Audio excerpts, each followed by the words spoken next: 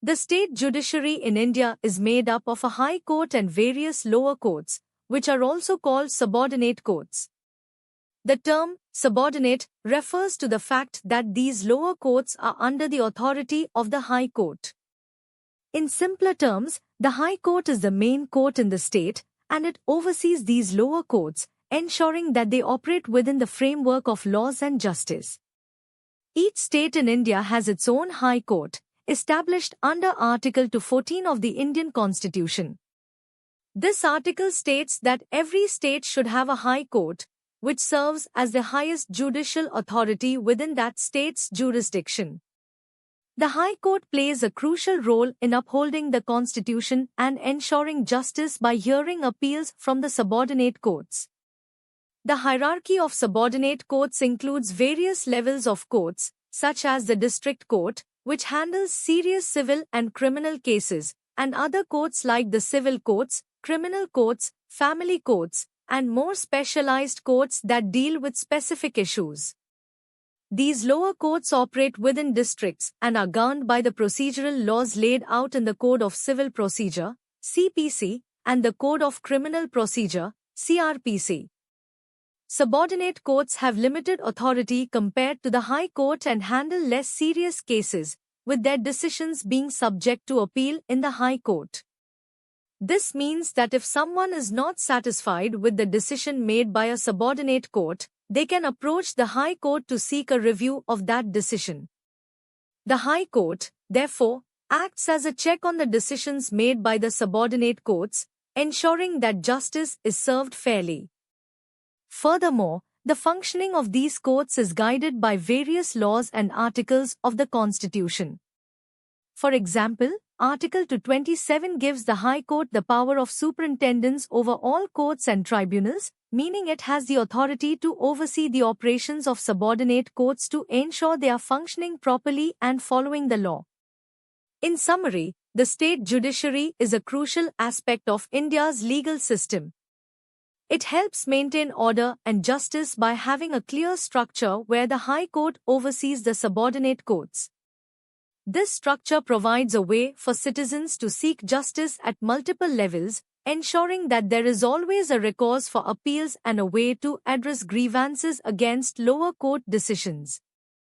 The entire system is designed to uphold the Constitution, ensuring that all individuals receive fair treatment under the law. Constitutional provisions for subordinate courts in India.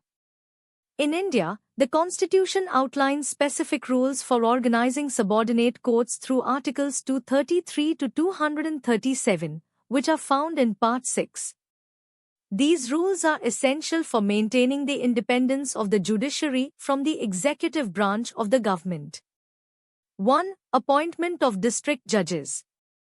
The process of appointing district judges is primarily the responsibility of the governor of the state, who must consult with the High Court before making a decision. To be eligible for the position of a district judge, a candidate must meet certain criteria. First, the candidate should not already be serving in any capacity with the central or state government. This rule helps ensure that those who take on judicial roles are independent from government influence. Second, the individual must have worked as an advocate or pleader for a minimum of 7 years. This experience provides necessary legal knowledge and skills crucial for the responsibilities of a district judge. Finally, the High Court must recommend the candidate for the appointment, thereby adding a layer of scrutiny to the selection process. 2. Appointment of other judges.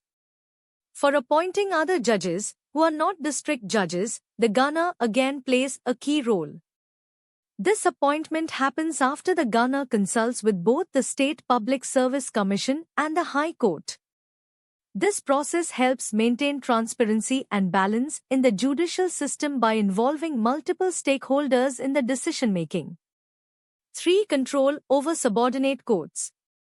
The High Court holds significant authority over the district courts and other subordinate courts in a state. This includes overseeing the posting, promotion, and leave of judicial officers in these inferior courts.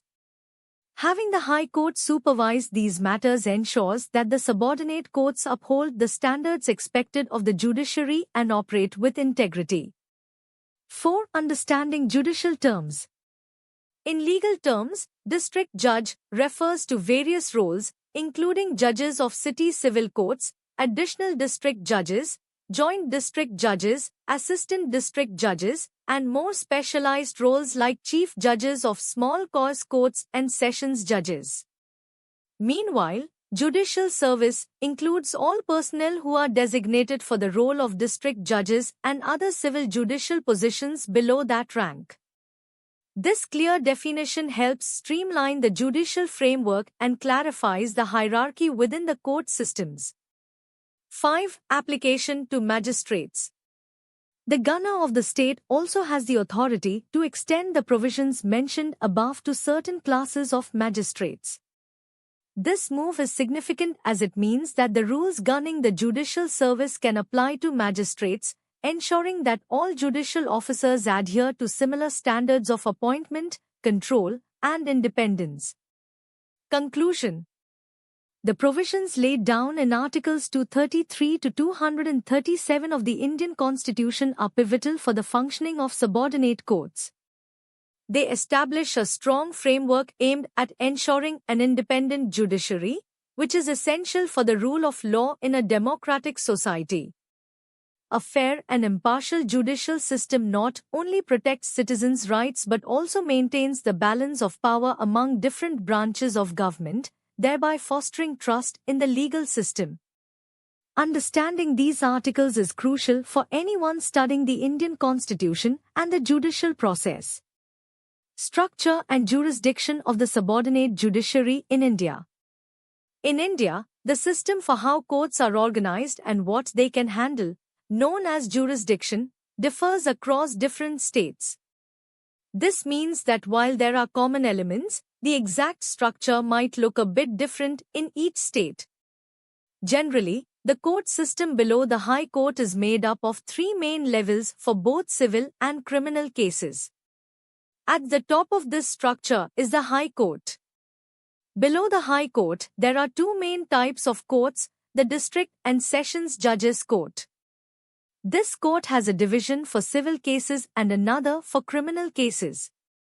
The next level consists of the Chief Judicial Judges Court and the Magistrates Court. Further down, we have the Munsif's Court and the Judicial Magistrates Court. Role of the District Judge. The District Judge is the highest authority in a district's judicial system. He or she has both original and appellate jurisdiction over civil and criminal cases, meaning the district judge can start cases and also hear appeals against decisions made by lower courts. When dealing with civil cases, the judge is referred to as the district judge. However, when they are handling criminal matters, they are called the sessions judge. In this dual role, the district judge not only makes decisions in court but also manages the operations of the subordinate courts within the district. If someone wants to appeal a decision made by the district judge, that appeal is sent to the High Court. The sessions judge has significant power as they can impose sentences that include life imprisonment or even the death penalty. However, any execution of capital punishment that the sessions judge issues must be confirmed by the High Court, regardless of whether there is an appeal against the decision. Other courts in the structure. Beneath the District and Sessions Court, we find the Court of Subordinate Judges, which primarily deals with civil matters, and the Court of Chief Judicial Magistrates, focusing on criminal cases. The subordinate judge has the authority to decide on civil suits of any value, while the Chief Judicial Magistrate can decide on criminal matters punishable by up to 7 years in prison. At the lowest level of this hierarchy, we have the Munsif's Court for civil cases and the Judicial Magistrates Court for criminal cases. The Munsif deals with small civil disputes, while the Judicial Magistrate takes care of criminal cases that carry a potential imprisonment of up to 3 years. Some larger cities may have specific courts like city civil courts, headed by chief judges, and metropolitan magistrates courts, which also deal with civil and criminal matters, respectively. Additionally, certain areas have established small causes courts for quick resolutions of minor civil matters. Although their decisions are final, the High Court still has the power to review these cases under certain circumstances. In some states, local village or community courts known as panchayat courts handle minor civil and criminal disputes. They may go by various names like Nyaya Panchayat or Gram Kucheri and function as a form of localized justice. Relevant constitutional articles and laws. The structure and jurisdiction of these courts reflect the guidelines established in the Indian Constitution.